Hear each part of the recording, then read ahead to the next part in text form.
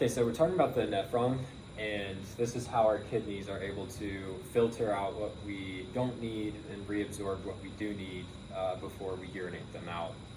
And so to begin, we have our efferent and afferent arterioles. So this is our blood supply, all on the outside that I've drawn here. And this right here, this is our renal corpuscle. So it has this Bowman's capsule right here that meets at this arteriole. And we call this section right here the glomerulus. And so this is where everything's going to be filtered. So right here we have a basement membrane of the glomerulus. Basically, we're going to have multiple filters leading inwards into the nephron. This is to prevent things that we don't want being filtered. This basement membrane is positively charged. So anything that's negatively charged is going to have a harder time going through it. And it's like a bunch of holes, so anything that's larger is also going to have a difficult time. But we do get glucose, we get amino acids, we get sodium, chloride, we get potassium, calcium, magnesium. We can get lactate as well. So there's a couple of things we get. So within the membrane layer of our glomerulus, we have something called fenestrated capillaries. And they're basically these tubes that just add an extra layer to this filter. So as we're going in, we also have these podocytes. Again, helps with filtration. And in between that, we have these slits, these filter slits. And that's our last layer to prevent anything entering that we don't want to enter. So this is all guided by pressure. That's how our blood flow works. And something important is these arteries, these arterioles, can constrict and dilate, and that is really important in a clinical and diagnostic system. So the pressure systems we have right now, we have something called our glomerulus hydrostatic pressure, and this is the pressure that's pulling into the glomerulus. That's at about 55 millimeters of mercury. Then we have two forces that are pulling out, and that would be our BCOP and our CHP. Both of those are pulling.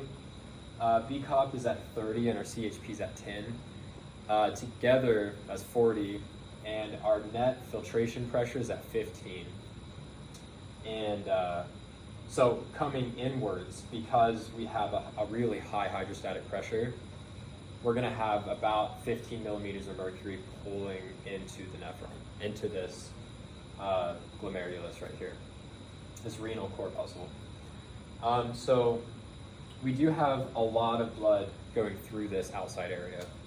Actually about 1,200 milliliters a minute. And some of it's going to be pulled in to help with the force of the filtration into our glomerulus, and the rest is just going to keep going past. But that flow is actually going to help filter, and it's going to turn into filtrate, but that's not too important. But so we have something called our GFR. That's our glomerulus filtration rate. That's the rate at which things are being filtered through the renal corpuscle. Normally we're pulling in about 625 milliliters a minute. That's variable to change. And we do have something called, what's it called?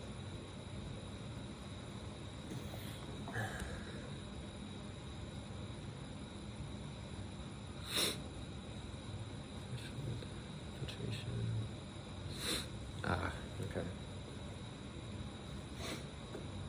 And so there's a term that we refer to as clearance. And this is, if we have high clearance, we have a lot of things being filtered through our urine, and if we have low clearance, we're not filtering much. A quick equation, we have clearance, and that equals the concentration of these solutes in the filtrate going to urine, multiplied by the volume and divided by the pressure. The equation is not really important, but it's important to understand clearance and the variables that can make a change. So because P is our denominator, it's on the bottom, mathematically we know that that is going to have the greatest change on our compliance, our clearance, sorry. So yeah, we pull all this stuff in, and now we have a ton of cells that are going to be trying to reabsorb a lot of these solutes. So this first part we refer to as filtration. We're filtering in the things that we want, keeping out the things we don't. Next, all this through here, we're going to try to reabsorb the most important things that we have.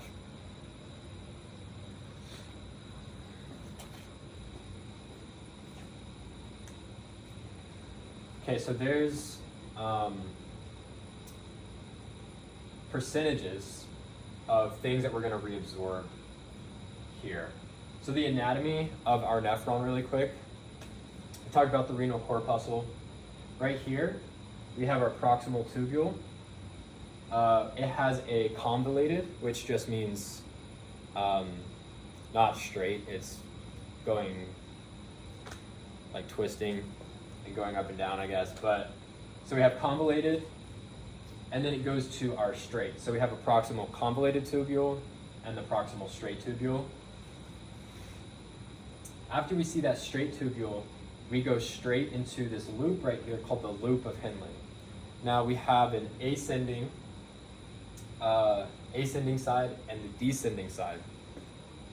Descending is where we're going to see mechanisms that take place to keep a gradient of osmolarity. Osmolarity is very important throughout the entire process of the nephron.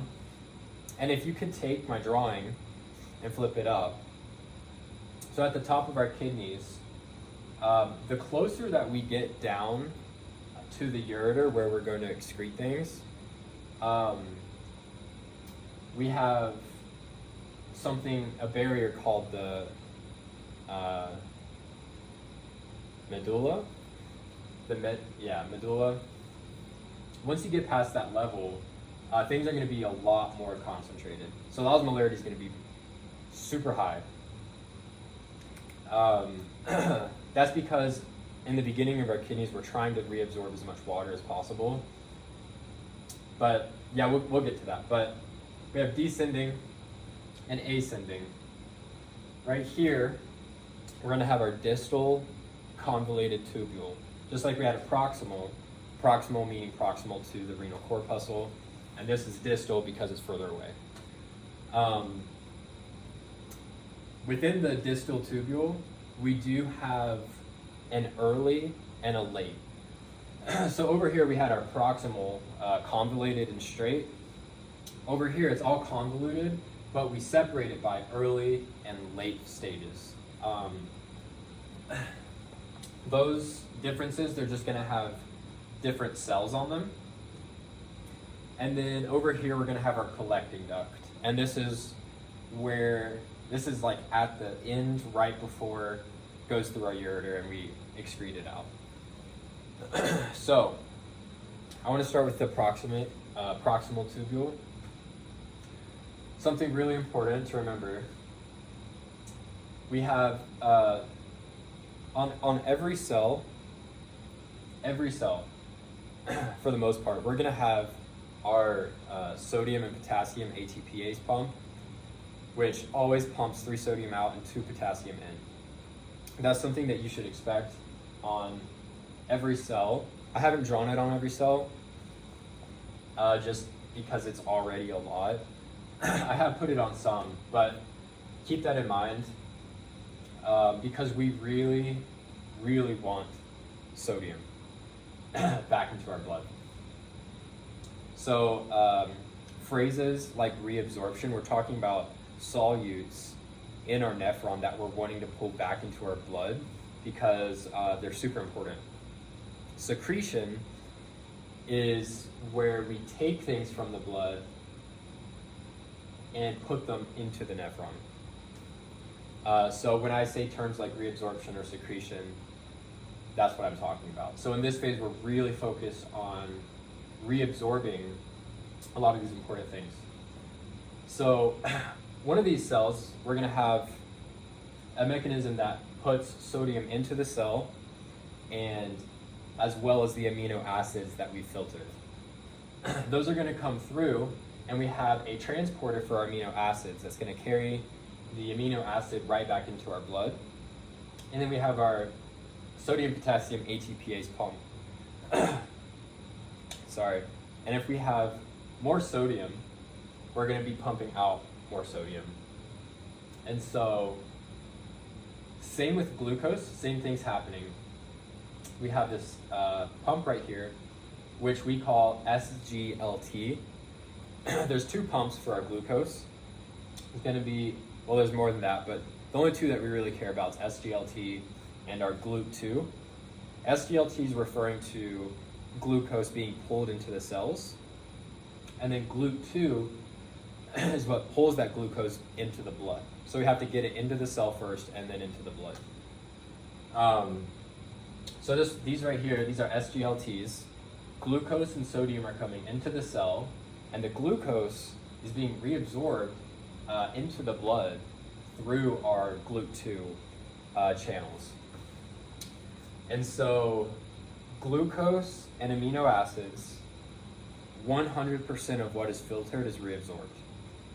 Those are the only two things. Lactate as well. We don't really talk about lactate, but those are the only two things that we really care about that are 100% reabsorbed right off the bat. And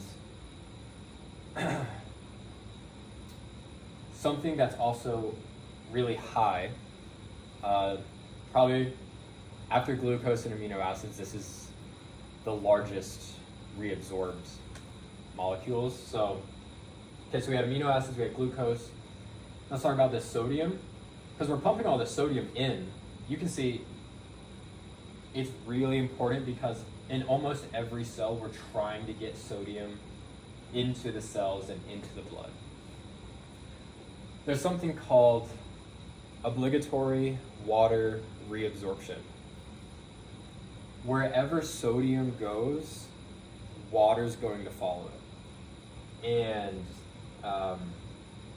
so when we're reabsorbing all of this sodium, water is also following it in the same ratio. So we're gonna see 70% of our sodium and 70% of our water in the proximal tubule. Everything that we filtered reabsorbed right away. And yeah, that's super important. Next, on the proximal straight tubule, it's hard to see in the drawing, but important to remember, we have this sodium chloride co-transporter. And what this does is it's pulling sodium as well as chloride, and it's pulling it straight back into the blood. And this is where we're gonna see 50% of our chloride reabsorbed right off the bat. This channel that we have, this leak channel for our chloride, is called CFTR. Those are the only three channels that we're talking about in my class. Well, sorry, those are the only three names that we care about in my class. So you have your SGLT, you have your GLUT2. SGLT gets glucose into the cells, GLUT2 moves it into the blood, and you have your CFTR. That moves chloride from your cells into the blood. So far, from what we talked about, we've reabsorbed 50% of our chloride, 100% of our amino acids and our glucose, and 70% of our water and our sodium. One more thing we need to talk about that's in the proximal tubule We have CO2 in our blood. Oh, I'll move it. There you go. We have a lot of CO2 in our blood. One way that we can get bicarb out of that, because CO2 and bicarb are charged, and we'll talk about that more in a second once we get to the collecting duct. But CO2 is acidic, and our bicarb, HCO3, causes alkalosis, so it's a base. If we have too much of either, the pH in our blood is going to be altered, and we want to keep it about 7.4. Anything above that, that's alkalosis. Anything below is acidosis. So too much of either of these is going to mess up the pH in our blood. So it's really important that we have a lot of mechanisms to filter reabsorb and secrete these molecules. So finishing with the proximal tubule, what we're going to do is we're going to take CO2. It's going to go into these cells. We have an enzyme called carbonic anhydrase. I label that as CA. Probably can't even see it, but it's there. Carbonic anhydrase is going to take CO2 and water, and it's going to make H2CO3. H2CO3 is just going to be broken down further into bicarb, HCO3, and hydrogen protons. So just a proton.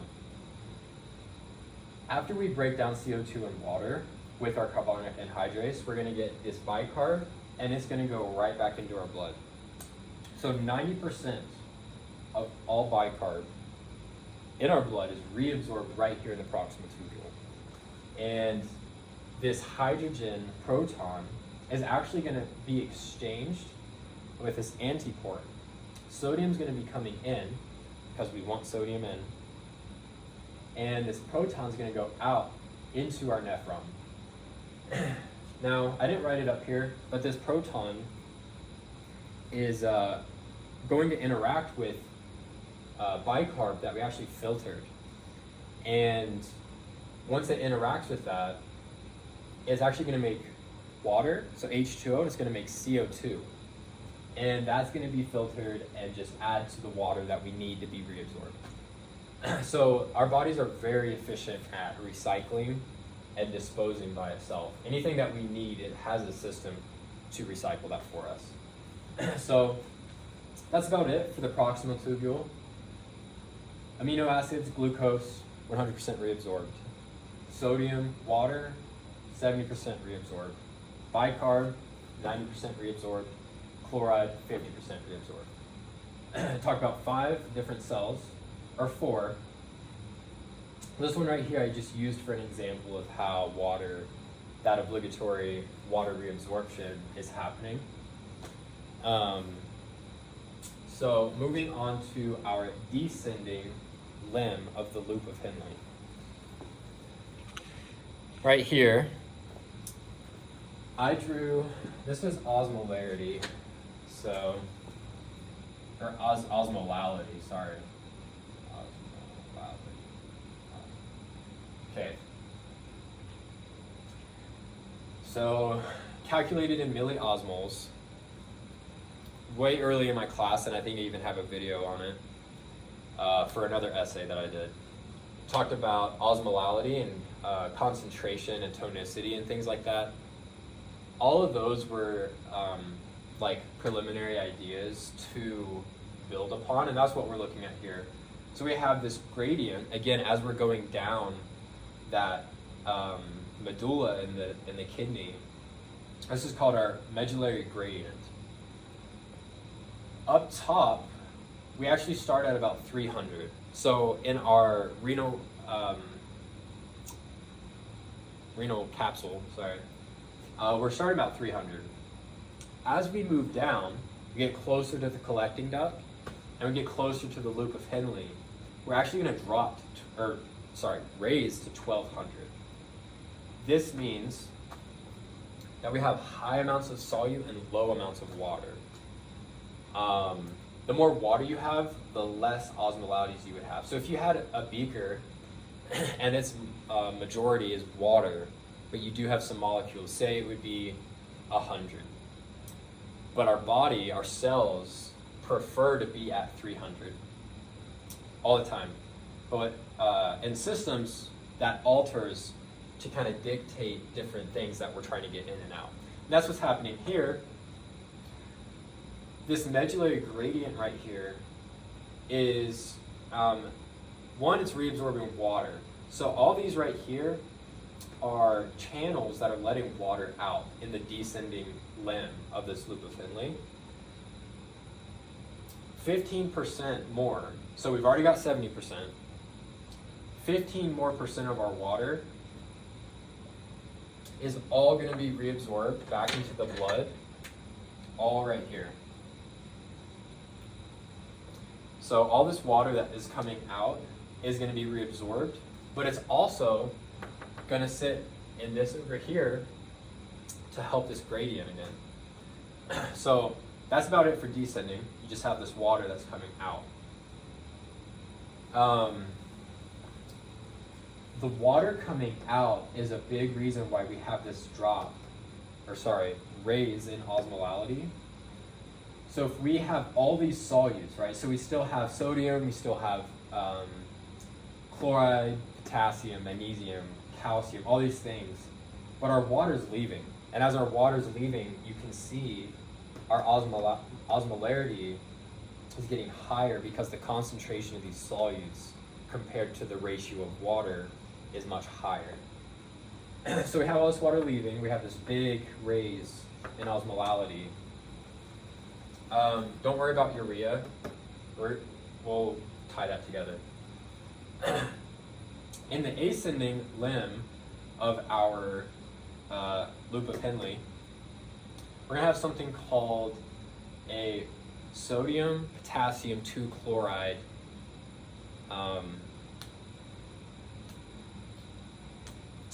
co-transporter. And what's happening here, we have sodium, we have potassium, and we have 2 chlorides. This transporter is going to allow for all of these 3 ions to leave out. And that's why we see this lowering of osmolarity, is because all through the ascending limb, we're dumping all of these things to be reabsorbed back. And what's really important about this is we have the sodium, potassium, and 2 chlorides. Potassium's leaving, not as much as sodium and chloride, but some is leaving because it's a channel. And by the way, this is our ATPase again. But as potassium is barely leaving, we're actually having a majority of potassium inside the cell. What that's doing is it's creating all of these positive charges inside, and this magnesium and this calcium that we have are going to passively diffuse out due to these charges. And it does this through membrane between the cells. So we don't actually need a pump for this. It's called paracellular transport. And because of these positive charges, it's actually repelling our magnesium and our calcium, and it's pushing us out. That's pretty much it for ascending, descending. We do have,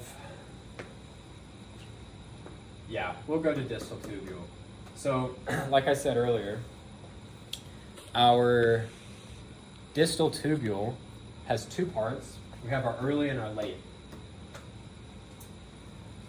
Once we get to this point in our distal convoluted tubule, we have about 10% of sodium left that needs to be reabsorbed and 15% of water that's still going to be reabsorbed. This cell right here is our macula densa. And this is going to play an important role in blood pressure And in our glomerular filtration rate over here, the rate at which we're filtering stuff in. Because an idea that's important, if we're filtering more things in, that means we're pumping more blood. And if more blood's pumping, that indicates a higher blood pressure. So when we have high blood pressure, we're actually filtering a lot more things into our nephron. So there's a positive correlation, higher blood pressure, higher GFR. This cell right here, our macula densa, has something called juxtamedullary cells.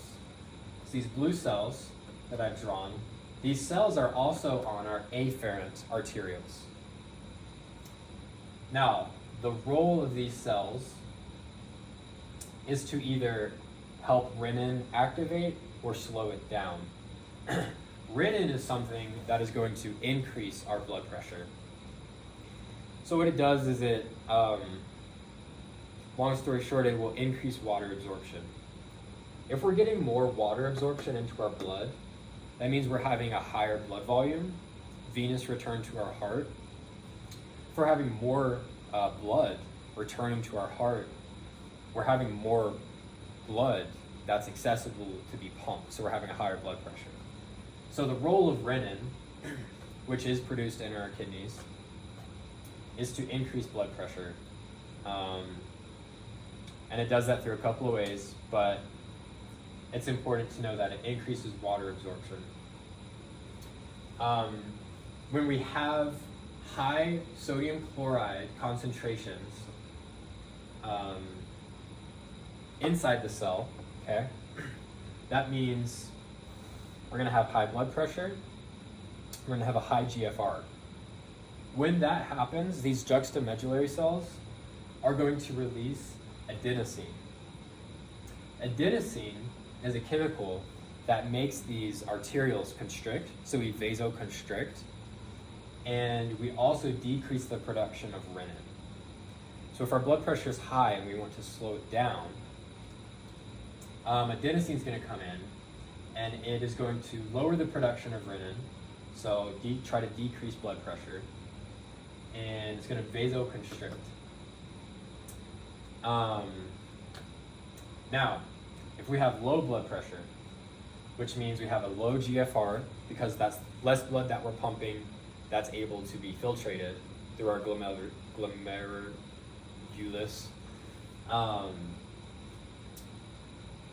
we're going to have a lower sodium chloride concentration in our cells. So I hope that makes sense. If we're pumping more blood, we're filtering more ions, we're going to have a higher concentration of sodium chloride. If we're not pumping as much, we're not filtering as much, we're going to have a lower concentration of sodium chloride. This here, the macula densa cell, I don't know if I said that yet, that's what this cell is called. This cell is there to help regulate all of these factors. When our blood pressure is low, the macula densa and the juxtamedullary cells are going to release nitric oxide, so it's going to be NO. That NO is going to enter the cell, and it's going to have effects that increase the production of renin, and it's going to vasodilate. So when those two things happen, we're going to see, I think I said that wrong. Here, look.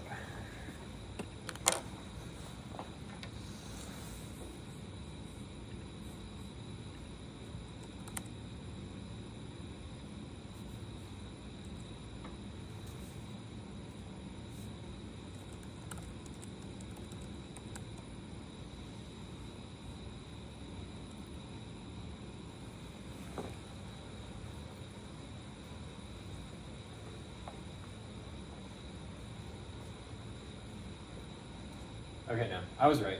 Yeah, so when we have low blood pressure, we want to raise it, we're going to release more renin. That's the role of this macula densa cell.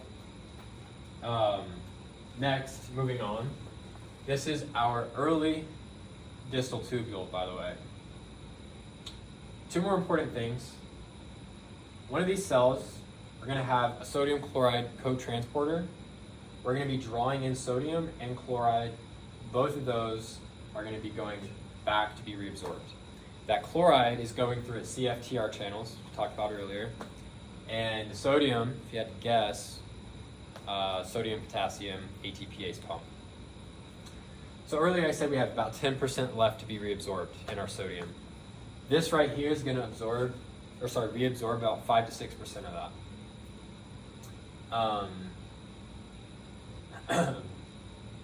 And yeah, that's pretty much it for that. I mean, it's just sodium chloride going back into the blood, being reabsorbed. This one's not really important in my class. I think it's super fascinating though. So when we have hypocalcemia, so we have low calcium in the blood and higher calcium in the cells and in the nephron, our bodies don't like that, because the less calcium we have, the more action potentials we're going to have. That's not really important, but so we have something called the parathyroid gland. It's hormonal, and it has a hormone called the parathyroid hormone. When we have hypocalcemia, that hormone is going to come and bind to a receptor, and that receptor is going to activate a G protein. G protein will activate adenylyl cyclase, which helps convert ATP into CAMP into PKA. PKA likes to phosphorylate things to activate them. We have these channels right here for calcium that are activated by PKA. So when that hormone comes down, it's basically going to help this PKA activate calcium channels, which is going to draw calcium from the cells, from the filtrate throughout the nephron. It's going to pull it back into the blood. It's going to raise calcium. Yeah, that's pretty cool. I don't know. So this is the late distal tubule. These three things: macula densa, sodium chloride co-transporter, and our parathyroid hormone calcium activator. This is going to be all in the early tubule, but now we're going to move into this late tubule. And it's just this one cell right here. So it's just this one cell, but we're going to talk about that real quick.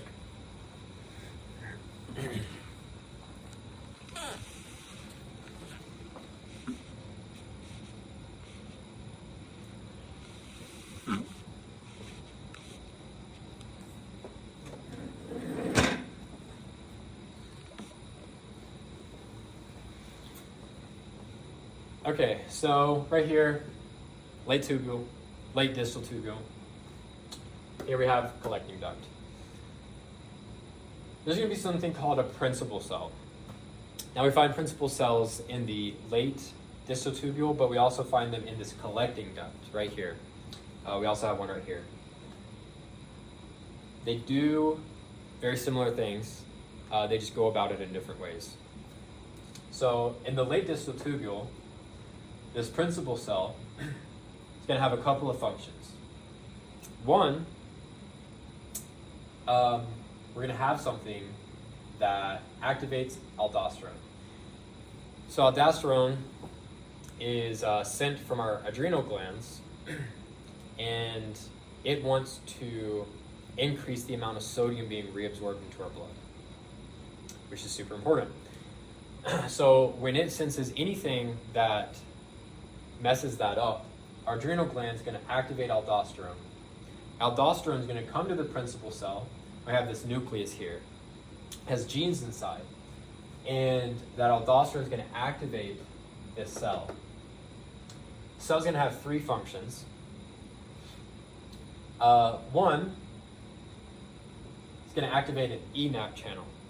This basically lets this last 4 to 5% of sodium. So over here, we said that we had 5 to 6 left. 5 to 6%, sorry, it was reabsorbed with that co-transporter with the chloride. But over here, this is our last bit.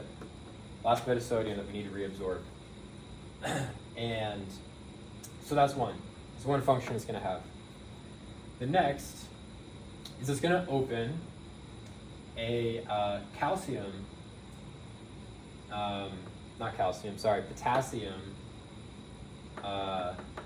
leak channel. So potassium is going to be coming out because it's also going to be speeding up our sodium potassium ATPase.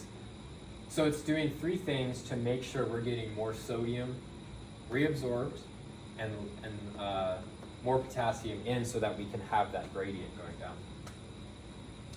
That's what aldosterone does. All this sodium going right back to be reabsorbed. Next, this principal cell can also act on something called ADH. ADH is an anti-diuretic hormone.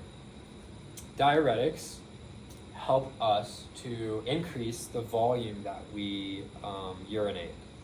So if we have an anti-diuretic hormone, what we're saying is we're trying to pull out the water so that we're not peeing as much. So it's anti-diuretic. How it does that is it comes in. So say we have low blood pressure, low blood volume, or just overall low water in our blood. What our body's going to want to do is activate some channel that can draw water from our kidneys into our blood. ADH is how it does that. ADH comes in and activates aquaporin channels. All right, they're right here. So those are aquaporin channels. Specifically, these are here. Specifically, aquaporin type 2 channels. What that's going to do is going to allow water to go back into the blood. It's going to raise water, raise our blood pressure, raise our blood volume. Principal cells, main function, maintain ion balance and water balance. It's the main things. Last three things to hit on in our collecting duct. Down here, we already have the principal cell, which we talked about, but it functions a lot differently. So I'll start with that since we just hit that one. This principal cell that's in the collecting tubule, not the late distal, still reacts with ADH, or anti-diuretic hormone. The only difference is this, we have a vasopressin receptor. So ADH is a vasopressin. That's just the term for the function of what ADH is doing. So this is a vasopressin receptor. When ADH binds to it, it's going to activate a G protein, which is going to interact with GTP, and through adenyl cyclase that was activated with the G protein, we're going to CAMP. CAMP is then turned into PKA, that phosphokinase A, and we know, because we talked about that a little bit up here, phosphokinase A, PKA, activates things, phosphorylates. So it adds phosphates onto things. What's happening is we have this cell. This cell has a ton of aquaporin channels on it, but they're not currently activated. PKA is going to activate these channels. And this cell is actually going to cling onto the collecting tubule, and it's going to open it up. So it's not necessarily activating an aquaporin channel. It's being absorbed into the wall of our collecting tubule, and it is just opening it up. When that happens, all these aquaporin channels are then going to have water rush out. And it's at the end of our collecting tubule, because I wanted to demonstrate. Anytime we need more water, even if it's at the end of this process, our body's still going to be able to pull it out when it needs it. But anyways, these open, all that water flows out. Okay, through here,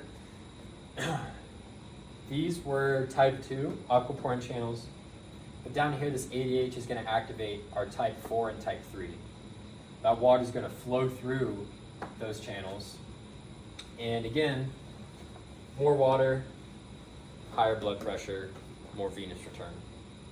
Now, last two cells, intercalated A and B cells. It's important. It's nice because the names, most times, everything in physiology is named after a person. Really annoying. This, pretty straightforward. Intercalated A cells, think about it as acidosis or acids, and your intercalated B cells, think of a base. So these things are going to be fighting the pH in our blood that I talked about earlier a little bit.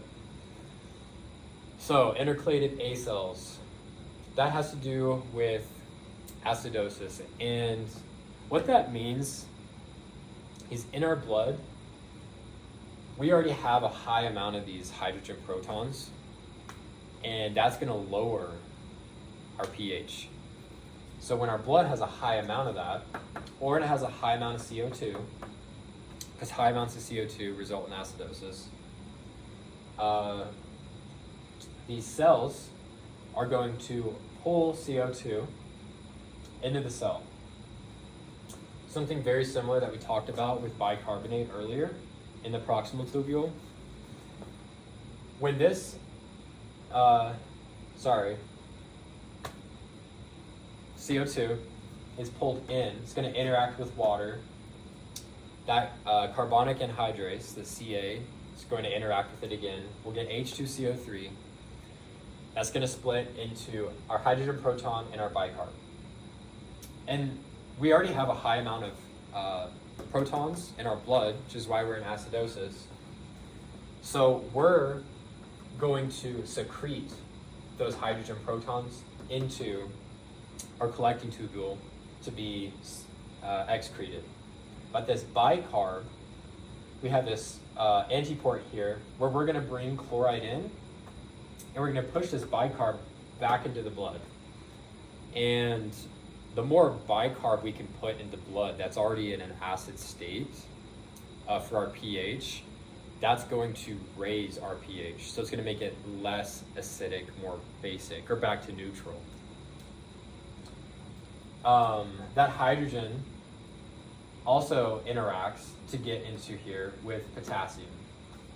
So you have a negative leaving, so bicarb has that negative charge, and you're bringing this chloride in that has a negative charge. And you're bringing that proton into the collecting tubule, you're bringing this positively charged potassium back into the cell.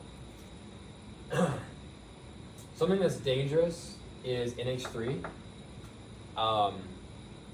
It's a neurotoxin, it does a lot of bad things, but this hydrogen proton, we can actually utilize it and combine it with that to make a weak base, which is our, that is ammonia, and that's ammonium, which is just a weak base. So that doesn't hurt us much, and then we just pee it out. Our intercalated B cells are exactly the same, but inverse. So when we have a high pH, okay, and we have high amounts of bicarb in our blood, we're going to take CO2, we're going to, through this whole process that we just talked about, we're going to get bicarb, we're going to get hydrogen protons. Instead of bicarb being reabsorbed, we already have a high amount of that in our blood. That's why we're in alkalosis.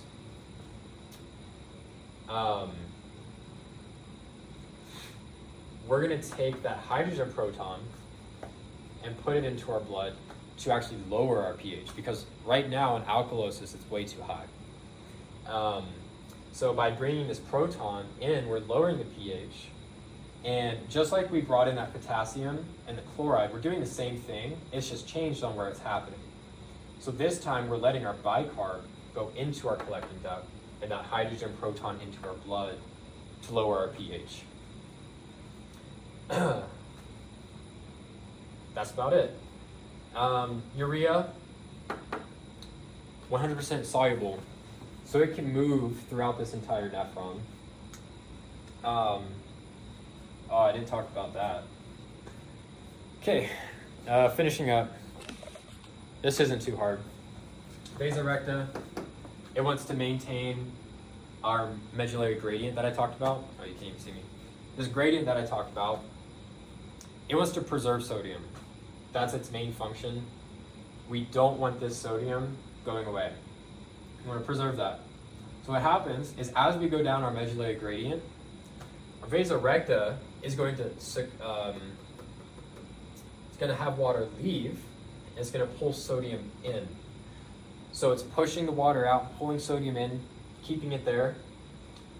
And as we progress and we go lower in osmolarity back to like a normal rate, we're going to let that sodium back out and reabsorb the water. That's pretty much it. We're just really trying to conserve our sodium. Yeah. That's it. Okay, so one last thing I wanted to be sure I didn't go into depth as I wanted to. So ADH, yes, it's an antidiuretic hormone. That doesn't mean we're always going to be pulling water out, okay? This hormone is going to be the deciding factor of how concentrated our urine is. So if we needed more urine output, okay, so with diabetics, there's something called DKA, diabetic ketoacidosis. What happens is our insulin isn't driving the glucose because the pancreas isn't producing insulin. So we have this buildup of glucose, which is sugars in our blood, and if that can't be processed through insulin and pushed to muscles, it's just a buildup. It messes up the pH of the blood, and so a mechanism to get rid of it is to pee it out. So diabetics that have a high A1C or their blood sugar has been high for a while, they're going to start peeing out this glucose and these, ketones. So at that point, this person's body is saying, hey, we need to be peeing more. Right now, I don't really care about pulling water into my blood vessels because I have this really negative thing happening and I need to be pushing that out. So what ADH is going to do is we're not going to release it. And if we don't release it, we're not pulling water out. If anything, we want a diuretic. We want to be able to have more water in here.